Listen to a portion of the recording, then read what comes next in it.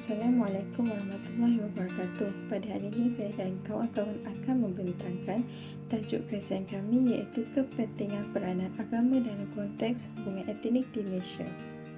Pertama sekali, seperti yang sedia maklum, agama ialah kepercayaan kepada Tuhan atau sesuatu yang gaib dan ajaib seperti Tuhan. Manakala etnik didefinisikan sebagai sekumpulan orang yang berbeza budaya seperti adat istiadat, pakaian, bahasa dan sebagainya. Kepentingan agama dalam kehidupan manusia adalah sangat penting di mana agama adalah pegangan yang harus ada dalam diri setiap manusia. Tanpa pegangan agama maka goyahlah kehidupan manusia. Pegangan agama boleh menjadi kepada asas ketamadunan dan acuan kepada latar budaya masyarakat. Kajian literatur merupakan kajian terdahulu yang telah dilakukan oleh para pengkaji yang profesional. Terdapat ramai pengkaji yang mengkaji tentang agama-agama di Malaysia. Agama dapat didefinisikan sebagai sistem kepercayaan yang di dalamnya meliputi aspek-aspek hukum, moral dan budaya. Menurut sosiologi pula, agama dapat didefinisikan secara deskriptif iaitu hanya dengan menggambarkan apa adanya sahaja. Malaysia merupakan sebuah negara yang mempunyai kepelbagaian agama dan bangsa. Terdapat 3 kelompok utama yang ada di Malaysia iaitu Melayu, Cina dan India. Agama Islam merupakan agama yang telah melahirkan ketamadunan manusia yang terunggul di dunia. Islam juga adalah sebuah negara yang telah diturunkan oleh Allah SWT kepada Nabi Muhammad untuk mengatur dan menyusun kehidupan umat manusia dalam segala aspek, sama ada dari aspek duniawi maupun ukhrawi. Seterusnya adalah agama Hindu. Agama Hindu merupakan agama yang telah wujud semenjak abad ke-8 sebelum Masihi. Walau bagaimanapun, ketika itu agama Hindu dikenali sebagai agama Brahma.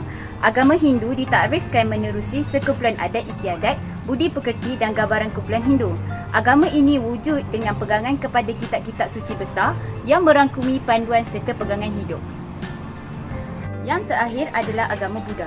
Agama Buddha merupakan agama serta falsafah yang berasaskan dari ajaran dari Buddha iaitu ajaran Buddha Sakyamuni iaitu Siddhartha Gautama yang mungkin lahir pada kurun ke-5 sebelum Masihi. Agama Buddha merupakan agama kedua yang terbesar di Malaysia dan majoritinya berpegang pada mazhab di Buddha Mahayana. Agama Buddha ini muncul disebabkan oleh penindasan dari golongan Brahman.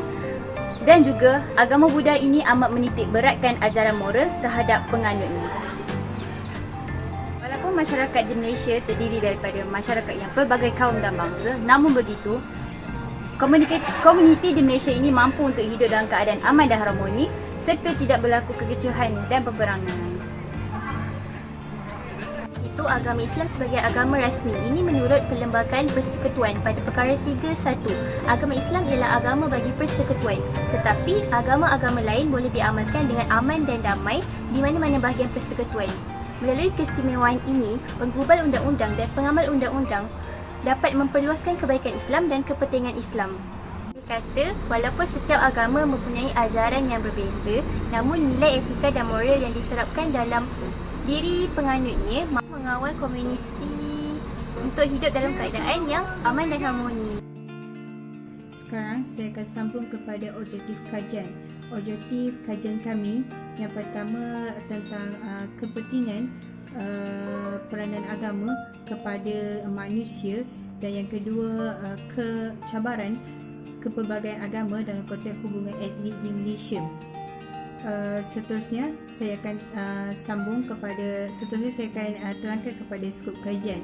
Skop kajian kami tertumpu kepada responden yang terdiri daripada pelbagai lapisan masyarakat umum di Malaysia seperti masyarakat Melayu, Cina, India dan lain-lain. Yang umurnya dalam lingkungan 19 tahun ke bawah hingga 40 tahun, di mana mereka mempunyai sedikit sebanyak pengetahuan tentang kepentingan peranan agama dalam konteks hubungan etnik di Malaysia. Skop kajian ini membincangkan tentang kepentingan peranan agama kepada manusia dan cabaran kepelbagaian agama dalam konteks hubungan etnik di Malaysia. Seterusnya, saya sambung pula kepada bahagian metodologi kajian Metodologi merupakan kaedah dan teknik untuk merancang, mengumpulkan dan menganalisis data bagi menghasilkan bukti yang dapat menyokong penyelidikan. Tujuan kaedah ini dilakukan adalah untuk membantu pemahaman yang lebih luas dan terperinci mengenai penerapan kaedah dengan menerangkan proses penyelidikan yang dilakukan oleh pengkaji. Secara amnya, kajian ini dilakukan secara kuantitatif, iaitu berbentuk soal selidik. Hal ini bertujuan untuk mengenal pasti dan mengkaji secara sistematik isu-isu yang berkaitan dengan peranan agama dalam hubungan etnik di Malaysia. Kajian kami pada kali ini melibatkan objektif yang pertama, iaitu kepentingan peranan agama kepada manusia. Apa yang boleh kami simpulkan di sini ialah sebahagian besar responden bersetuju bahawa agama memainkan peranan yang penting kepada manusia secara khususnya. Hal ini demikian kerana menurut mereka, tanpa agama hidup seseorang tersebut tidak akan sempurna. Ini kerana agama memainkan peranan yang penting dalam kehidupan seseorang secara khususnya. Okey, seterusnya mereka juga berpendapat bahawa menganuti agama ataupun sesuatu kepercayaan merupakan perkara asas dalam kehidupan seseorang. Hal ini demikian kerana dengan menganuti agama ataupun sesuatu kepercayaan, maka ia akan mendorong pengikutnya itu untuk menjadi penganut agama yang lebih baik lagi, ya. Seterusnya, agama sebahagian besar responden juga bersetuju bahawa agama ini merupakan satu panduan kehidupan kepada manusia. Ini kerana agama ini dia diibaratkan sebagai sebuah tongkat yang diberikan kepada kita untuk menentukan jalan mana yang bakal kita tempuhi. Sama ada jalan yang kita tempuhi itu menuju ke arah kebaikan ataupun ke arah keburukan. Ya. Di samping itu juga agama juga merupakan sumber panduan hidup kepada manusia secara khususnya, ya. Okey, dan akhir sekali, sebahagian besar responden bersetuju bahawa agama memainkan satu peranan yang penting dalam hal ehwal pentadbiran kerajaan. Ini kerana apabila kita mengamalkan agama ataupun sesuatu kepercayaan, maka pentadbiran kerajaan akan menjadi lebih bersih, lebih telus dan juga lebih berintegriti. Di samping dapat menghindarkan diri daripada melakukan perkara-perkara yang boleh mendatangkan keburukan kepada negara, misalnya seperti contoh melakukan rasuah, berlakunya ketirisan, pembaziran dan lain-lain lagi. Dapatan kajian bagi objektif kedua, iaitu mengenal pasti cabaran kepelbagaian agama dalam konteks hubungan etnik di Malaysia.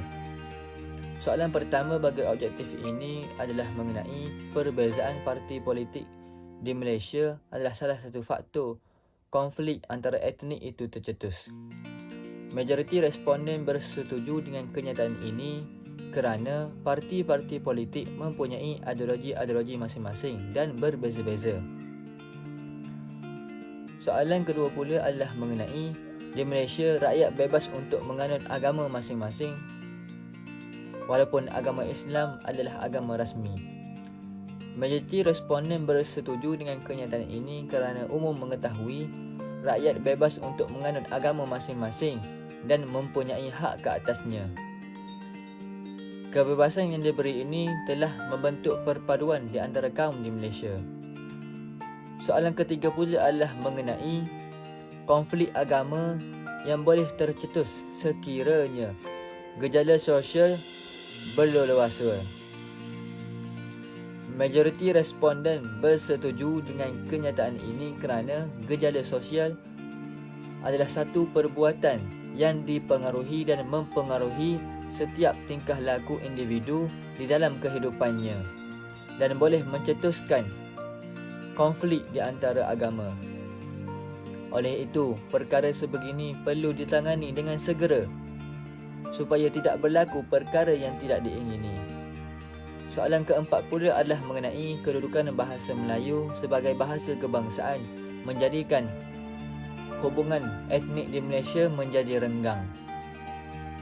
Majoriti responden tidak bersetuju dengan kenyataan ini kerana bahasa Melayu menjadi perantaraan ataupun asbab pengharmonian dan perpaduan dalam kalangan rakyat kerana keserasian dan kesefahaman mereka dalam menggunakan satu pertuturan yang sama. Soalan terakhir pula bagi objektif ini adalah mengenai sensitiviti agama yang dibangkitkan dalam kalangan masyarakat adalah salah satu faktor konflik antara etnik itu tercetus.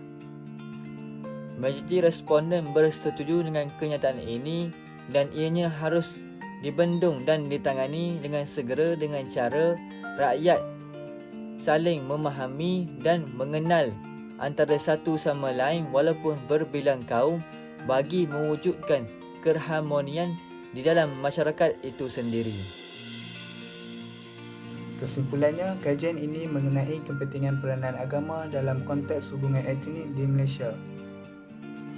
Kami sebagai para pengaji telah menyiapkan borang soal selidik dan mendapat hasil responden sebanyak 100 orang. Objektif daripada kajian ini adalah kepentingan agama kepada manusia dan cabaran kepelbagaian agama dalam konteks hubungan etnik yang dijadikan sebagai soalan dalam borang soal selidik ini. Berdasarkan objektif kajian ini, para responden amatlah peka tentang isu semasa mengenai kepentingan agama kepada manusia dan cabaran kepelbagaian agama dalam konteks hubungan etnik di Malaysia ini. Hal ini terbukti kerana para responden mempunyai pengetahuan yang luas apabila dapat menjawab soalan ini dengan baik.